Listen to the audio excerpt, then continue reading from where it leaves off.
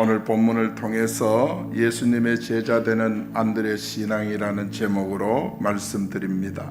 안드레 특징은 베드로의 동생으로서 예수님의 제자로 부름받은 그런 사람입니다. 그는 본래 직업이 어부고 또 세례 요한의 제자였습니다. 그가 예수님의 제자로 살다가 예수님 십자가에 못 박혀 돌아가실 체포될 당시에 도망을 쳤던 제자. 그렇지만은 디베라 바닷가에서 부활하신 예수님을 만나고 감람산에서 승천하시는 예수님을 목격을 했습니다. 그리고 오순절 마가다락방에서 성령의 충만함을 받고 사도로 다시 거듭나서 저 흑해 부근에 가서 X형 십자가를 지고 순교를 당하기까지 그는 주의 복음을 한순간도 놓치지 않고 복음 증거에 생명을 걸었던 그런 인물입니다. 우리도 안드레처럼 이 마지막 시대에 세워질 수 있기를 원합니다. 예수님의 제자된 안드레 신앙 첫 번째는 뭐냐 하면 그물을 버려두고 예수님을 따랐다. 마가복음 1장 16절 18절에 보면 예수님께서 갈릴리 해변을 지나다가 시몬과 그 형제 안드레가 바닷가에서 그물을 던지는 것을 봤어요. 그래서 예수님께서 두 형제에게 복잡한 말을 하지 않았습니다. 나를 따라오라. 그랬더니 이 사람들은 따라오라는 예수님의 말씀을 듣고 그물을 버려두고 예수님을 따르니라. 여러분, 제자는 누구냐? 버리는 자예요. 이것은 바로 안드레의 신앙 가운데 순종신앙. 신앙생활은 순종할 때 열매를 맺게 되고 순종할 때 하나님의 놀라운 응답이 나타나는 줄 믿습니다. 신앙생활이라는 것은 복잡한 것이 아니라 깨닫는 즉시 따르는 것입니다. 여기 곧 따르니라. 곧이란 말은 하나님의 말씀이 떨어지자마자 즉시 곧장 이런 뜻입니다. 여러분, 그래서 마가복음에 있어서 핵심 단어 중에 하나, 마가복음은 종의 복음이거든요. 사도 바울이 보면 입버릇처럼 그리스도 예수의 종된 나 바울이라.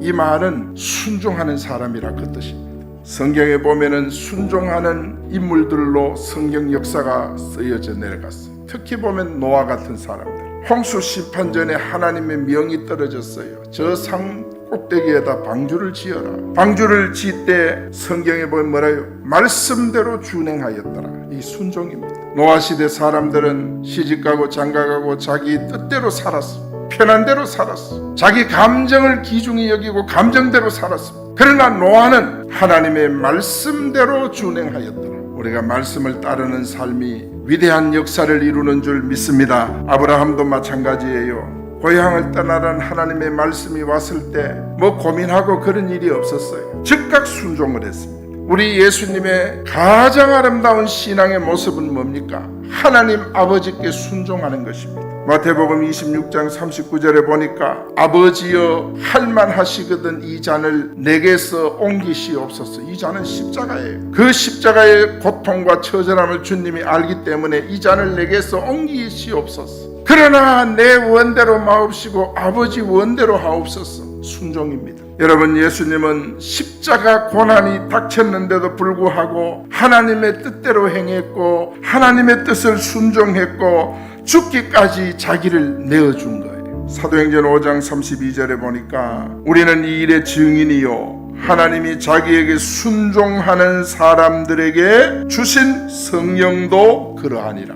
여기 성령을 뭐라고 말했습니까? 순종하는 사람에게 주신 성령이라 그랬어. 성령을 받고 움직이는 것이 아닙니다. 말씀이 떨어지자 순종할 때 성령이 쏟아지는 줄 믿습니다. 마지막 때 살아남은 자들은 특징이 뭐냐? 예수님이 어디로 인도하든지 아멘 하고 따라가요. 계시록 14장 4절에 보니까 이 사람들은 여자와 더불어 더럽히, 여자가 누굽니까? 적그리스도입니다. 적그리스도와 더럽히지 아니하고 순결한 자라. 신앙의 순결을 지킨 거예요. 여러분, 우리의 신앙 순결이 뭡니까? 말씀을 따르는 삶인 줄 믿습니다. 예수님의 제자되는 안드레 신앙은 두 번째, 무슨 징조가 있사오리까 질문합니다. 마가복음 13장 3절 4절에 보니까 예수께서 감람산에서 이제 앞으로 있을 종말에 대해서 설명을 하셨어요. 그때 안드레가 예수님께 조용히 와서 질문합니다. 어느 때에 이런 일이 있겠습니까?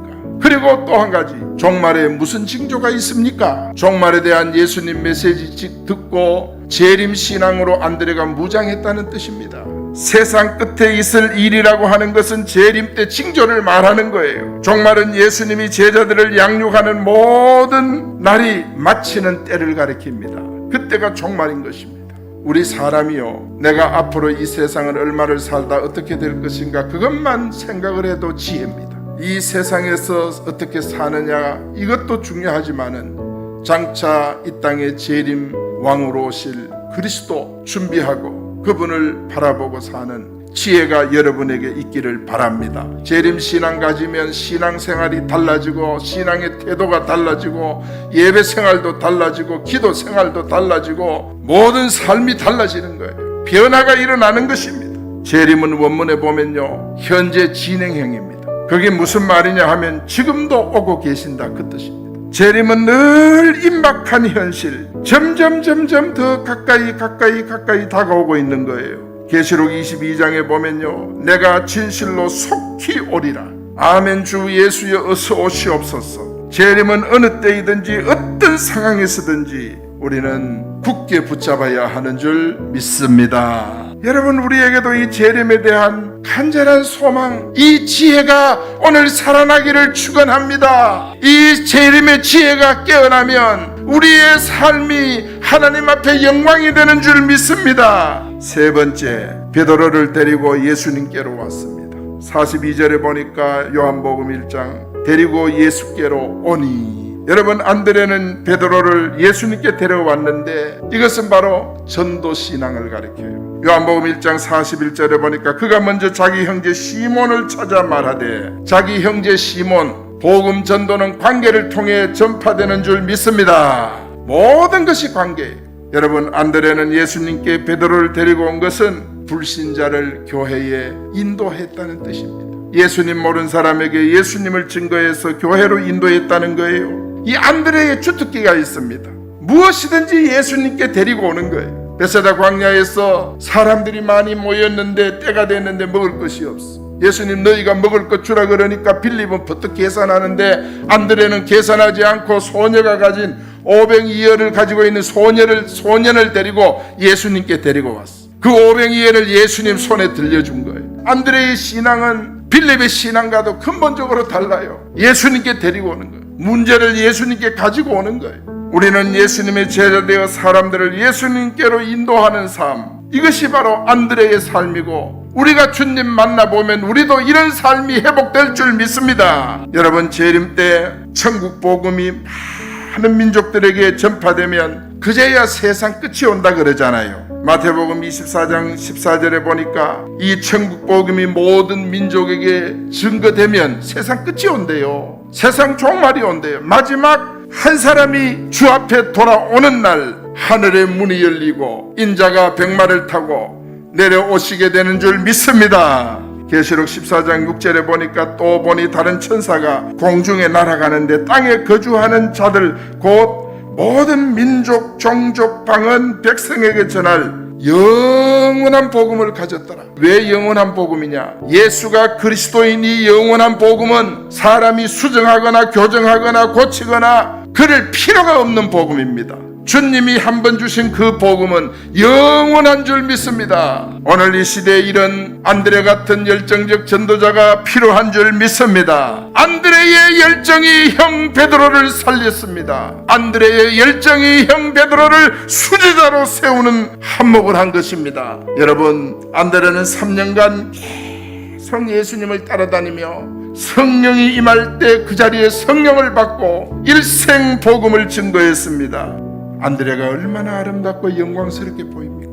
복음은 우리를 새롭게 만들어주고 가치를 바꾸어주는 줄 믿습니다. 결론입니다. 오늘 안드레를 보면서 우리 자신을 한번 점검해 봅시다. 예수님 제자되는 안드레의 신앙은 순종하는 신앙, 재림 신앙. 안드레의 신앙은 전도 신앙이었어. 우리도 안드레가 만난 그리스도 만나고 안드레가 받았던 성령을 충만히 받으면 우리에게도 절로 안드레 신앙이 솟아나는 줄 믿습니다. 오늘 이 삶을 회복해서 여러분의 삶에 더욱 아름답고 복되기를 축원합니다.